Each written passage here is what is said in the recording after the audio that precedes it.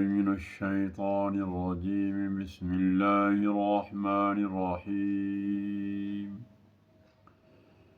میرے محترم بھائیوں، دوستوں، عزیزوں، بزرگوں، السلام علیکم ورحمۃ اللہ وبرکاتہ۔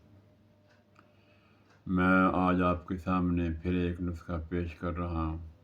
امید ہے آپ کو بہت پسند آئے گا اور آپ اس سے بھرپور فائدہ بھی اٹھائیں گے۔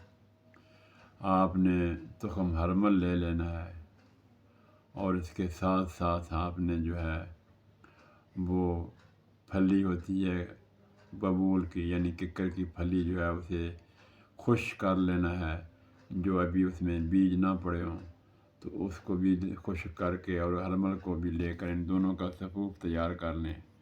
یہ آپ نے دوا تیار ہو گئی ہے۔